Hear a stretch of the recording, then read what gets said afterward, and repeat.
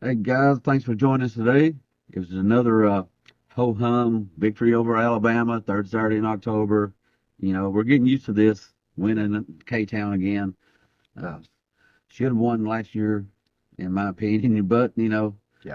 main thing is, huge W, Bob. And you went to the game last night. I had to stay home due to a shoulder issue, but you stepped up, Bob. How was the game atmosphere? It was fantastic, Tim.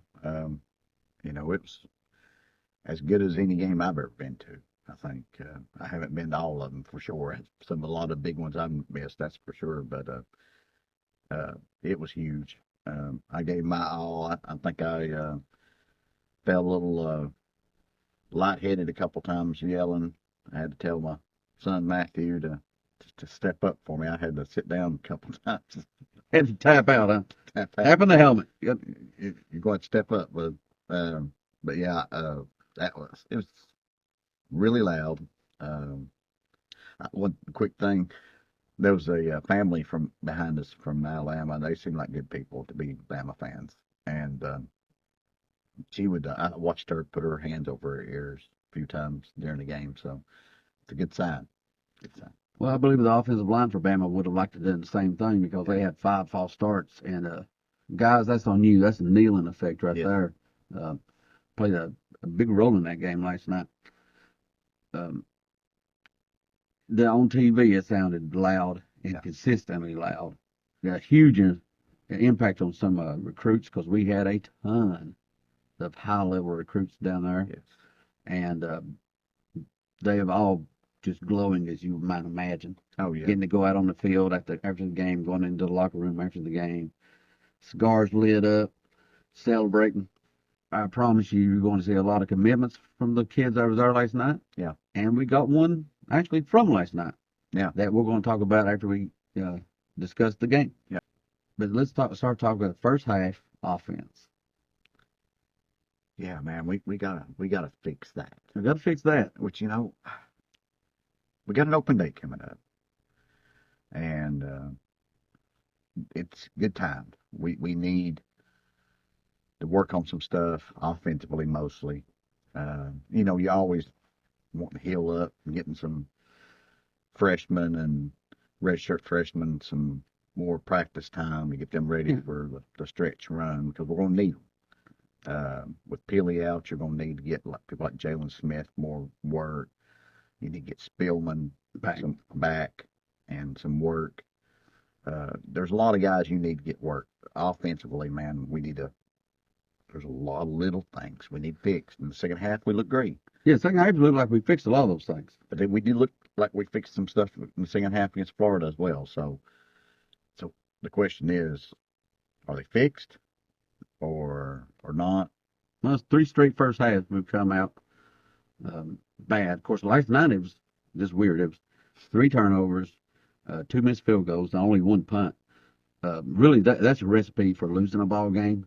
And if it wasn't for an elite effort from our defense, we'd probably been in a hole we couldn't have dug out of. Yeah, Um, Now that said, like we did show improvement in the second half. yeah, It seemed like we did when Nico started running the ball a little bit on a couple of called plays, yeah, and then also on that big long 27-yard run he took off on his own. But it seemed to settle him down, yeah. and he had a couple of connections after that where he had been throwing the ball uh, pretty long, took it over some people's heads. Man, I feel like Nico at some point it's going to click. You know, it could be the next game. It could be next year. I don't know. Um, but I do feel like it's coming. You know what I mean? I feel like at some point it's just going to start going and our offense is going to do a lot better. It just seems like we got a few things small going, and maybe this open date's what we need to get it clicking. You know? Well, absolutely, coaches. I promise you've been looking forward to it for a couple of weeks now. The offensive line did show some improvement last night, I felt, Yeah, and that's a big key. I mean, it all starts up front. We've said that 1,000 times. yeah, Um, since they get rode the first true pigskin out there, whatever they used. Yeah. You know, they realized right up then it's your big boys up front, and that was a big start in it. You had Brew, playing hurt with that wrist. Still had a nice game, although he had a couple of issues. Of course, Squirrel did get him healthy because he's not Squirrel. Yeah, honestly, man, I don't know what everybody else's viewpoint on this, but let's take and get a little bit healthier. I'm not really sure if we ain't better off with getting Brazel and Thornton and Mike Matthews more reps because I seen at least one or two balls I felt like Brew dropped. Uh, Squirrel dropped that big long bomb. That hit him right in the hands. I think he just realized as he was dropping that he was about to land on that shoulder, and he lost his concentration, but it hit him right in the hands. Well, there's not enough talent separation among a lot of these guys for you to be playing somebody hurt. Yeah. Um, Which I bet you Squirrels, these type of injuries I don't know if they get any better. well, a little better, a little better, but not much. he's probably hurt the rest of the year until. I mean, he may be healthy coming into the I think season. both of them probably had an off-season surgery. Wouldn't be surprised. Happy to see Ethan Davis make a couple of catches. I wish they'd go down. Excuse me. Get a little bit more depth in his routes as far as throwing the ball downfield a little bit more. But he'd been missing for a couple of games, and we've been saying get him involved. So it was nice to see him making some plays out there. Yeah, he needs to. I thought Kitzelman had a bad game last night. Actually, I put that first fumble on him. I don't know what he was doing. He was just kind of jogging downfield, and Sampson just had to run past him at one point. He was the lead blocker for the play, and honestly, I think if he blocked the guy he should have, Sampson doesn't fumble that ball. I think Davis needs more playing time, and probably States need more playing time. But I'm sure they're in there not in there. Kesselman's in there because of blocking. He had more snaps last night than Stays and Davis combined. So those other two guys got to block, man. I mean, that's all it is. They have to get better. They have to take that playing time. Right. Dylan Sampson, once again, not much in the first half. Come out second half, it's like, stop me if you can, and guess what, you can't. He will go down as a probably an underappreciated ball later on. I would not doubt he doesn't have a really nice NFL career. I'm not sure he'll be underappreciated, though, because he's liable to break the all-time single-season rushing record. Yeah. So that kind of earns you a lot of appreciation. It does, yeah. That's true. And if he was to come back next year, that all depends on his draft status, of course. Yeah. Then he could make a smash the career rushing record. Mm-hmm. He's shown some. Coming in this year, could he be a bell cow? And I think he showed he could be a bell cow. Yeah, I did not expect that.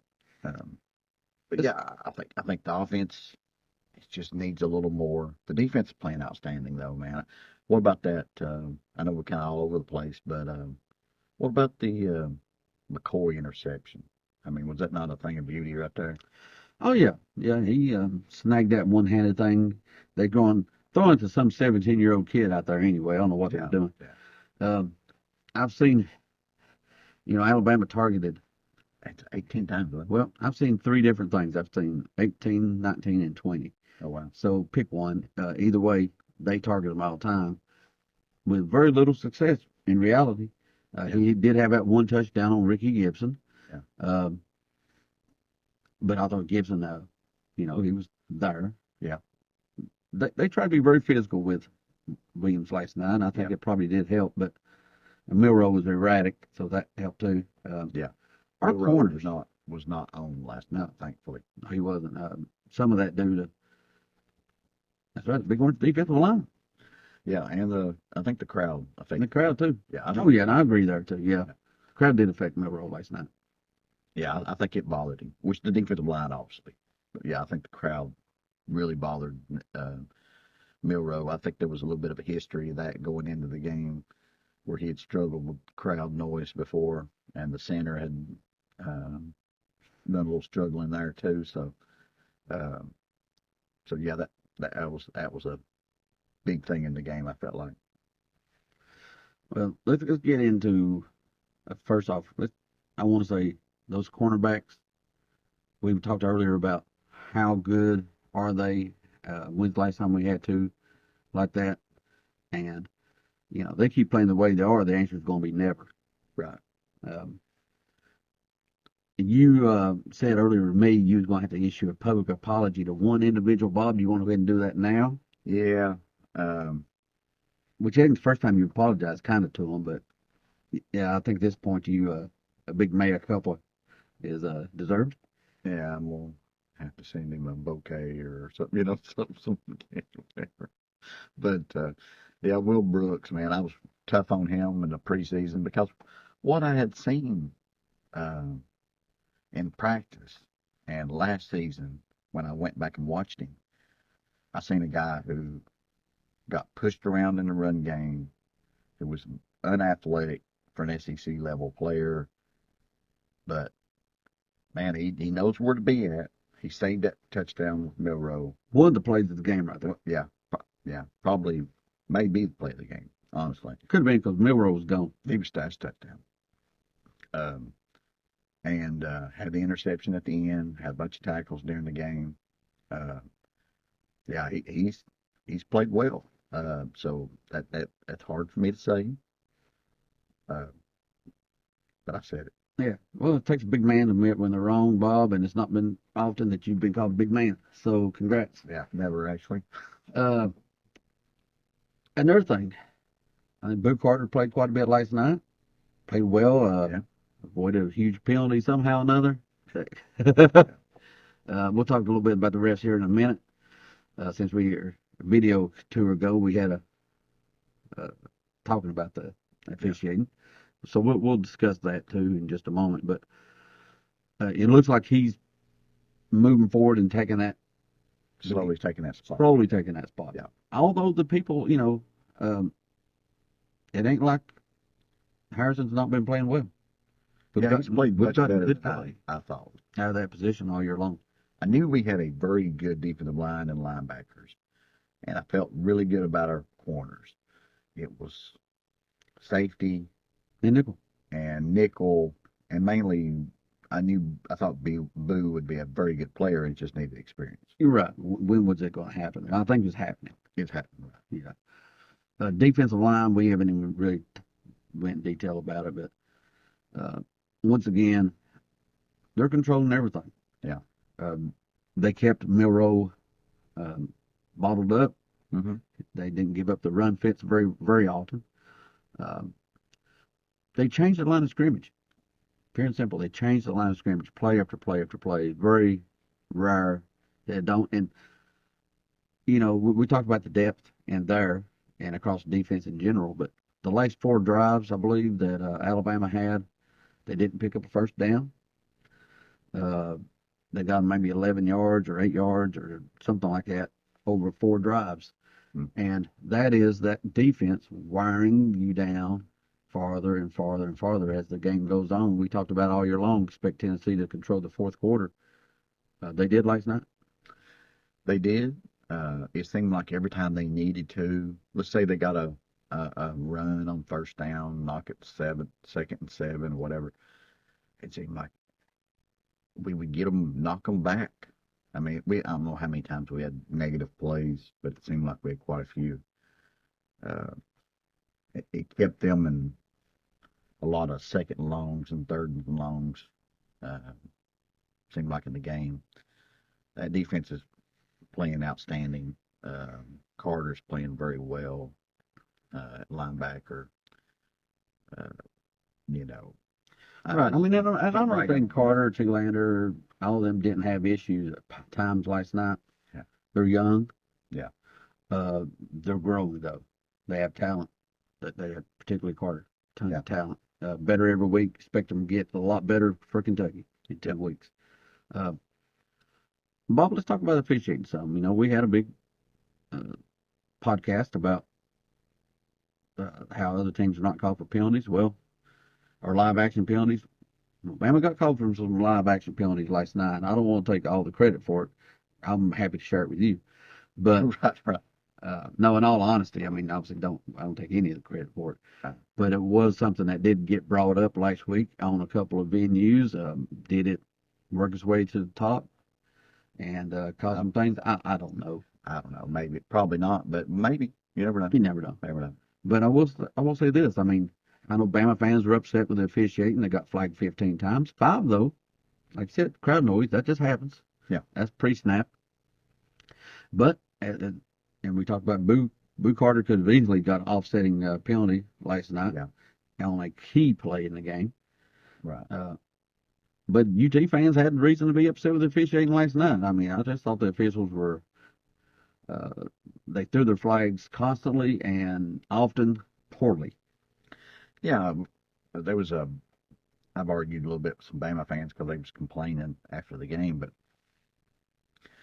there was at least 3 plays that jumped out to me that they got. I felt like that safety. They should have had a safety. I mean, there was a hold and Egregious hold at that. Milroe, I don't think made that 4th down conversion.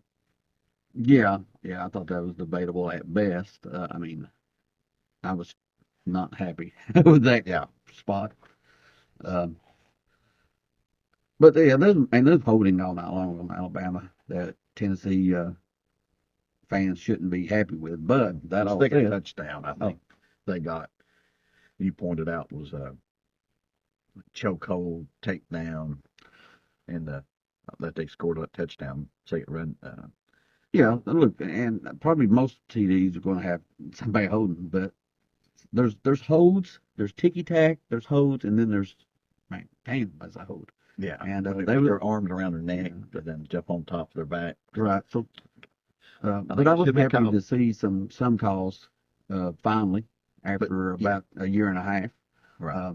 Doesn't mean that we were wrong in what we were saying the other day. Absolutely. Statistics backed us up totally on that. Absolutely. Thanks Desi Vol on VolQuest For bringing it up. for breaking down some of those stats. Yeah. We've talked about it before, though. But overall, refs sucked. Just as the and quickly before we get into recruiting, Georgia Texas game, Bob. Oh wow. You want to weigh in real quickly before we head into the recruiting section? Well, I just couldn't believe what I saw. I mean, uh, they called what Georgia for pass No, Texas. Texas for pass interference, even though it wasn't. I mean, I will agree it wasn't. And on the interception, and something I'd never seen before, the fans threw stuff on the field, and the refs decided to change their call after saying their call, stuff thrown on the field, then they changed their call. Never seen that before. Yeah. I think I saw something once before like that, and that was the Immaculate Reception back in the 70s. Yeah. The Raiders used to tell a story about the referees X how many people they had to get them out of there, Yeah. and they said none. They said touchdown. And yeah, I've seen plenty of times when referees get together, make a discussion of okay, no foul on that. We'll pick up the flag. That's no problem. This was not that situation. Yeah. They had called the flag. They had, moved everything where they wanted it, and then, and just like the Tennessee game from Ole Miss a couple years ago, Yeah. fans got rowdy, started throwing stuff. The difference was they went ahead and made the call last night to reverse it, so people quit throwing. Because if it went on 20 minutes like it did against UT, there would have been every bit as much trash on the field. Yeah. Whereas the UT refs, they looked up and saw the Jumbotron, saw it was a crappy call, and they're like, too bad. Yeah. Have to live with it, suckers. We're calling this game. Right. Yeah, that was there'll be a lot of discussion about that. I'm sure.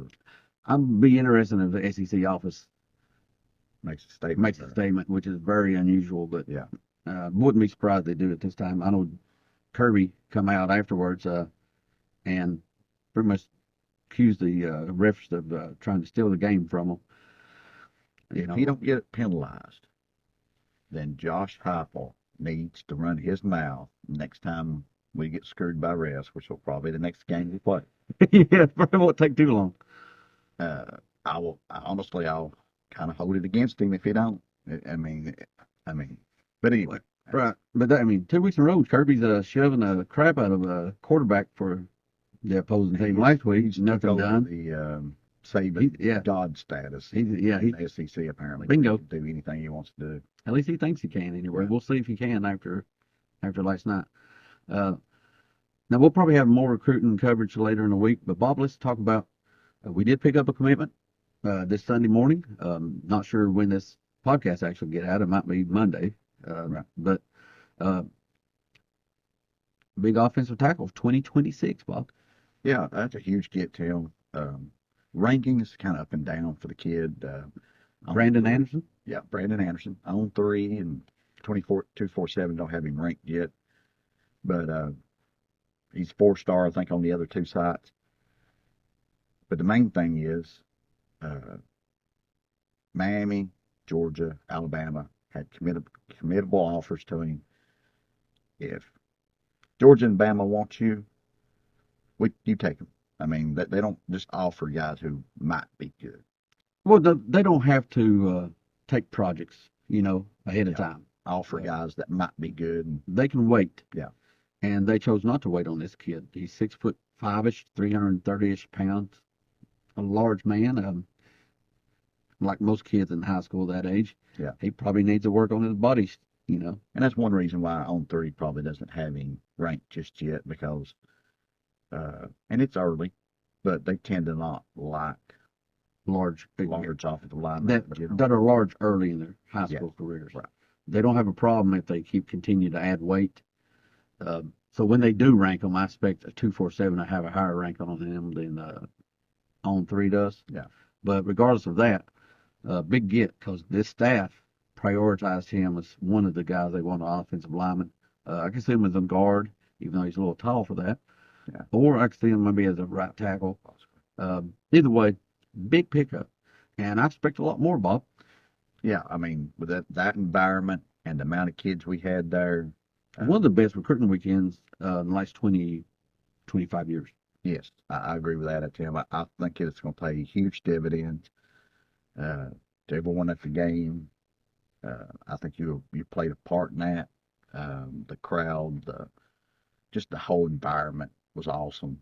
And the kids are already starting to say stuff, about how loud it was and how they couldn't imagine a better environment and this and that. I mean, so.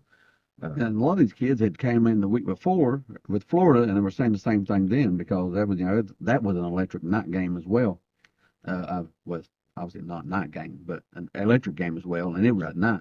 Yeah. And a lot of these kids come back for a second weekend in a row, and I would be shocked if any kid that come back for 2 weeks.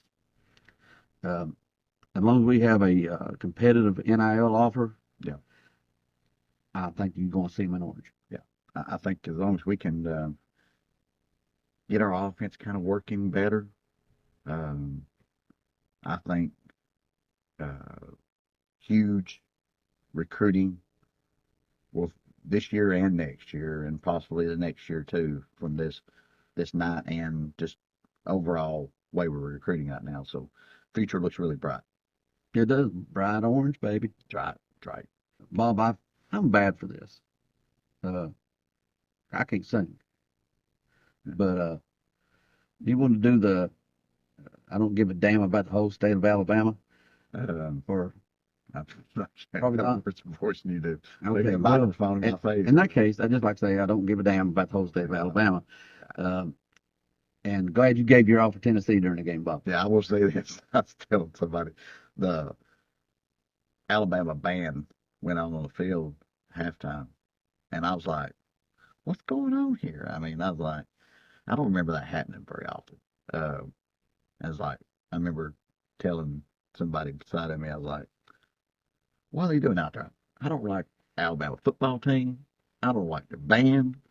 I don't like the bus driver that drove them here. What are they doing on the field? Anyway, I just me. I'm not a big Bama fan. I've never noticed that about you. Yeah, yeah. Satan. There's not, Saban and Satan. It's not a coincidence. Anyway, Are you one of those guys that if you had Saban, uh, Hitler, and Mao all in the same room and only had two bullets, you'd shoot Saban twice? yeah, probably. That's what I thought. Yeah. All right, guys. With that stupid note, thanks for joining us again, and we'll see you next time. Go Big Orange. Go Vols.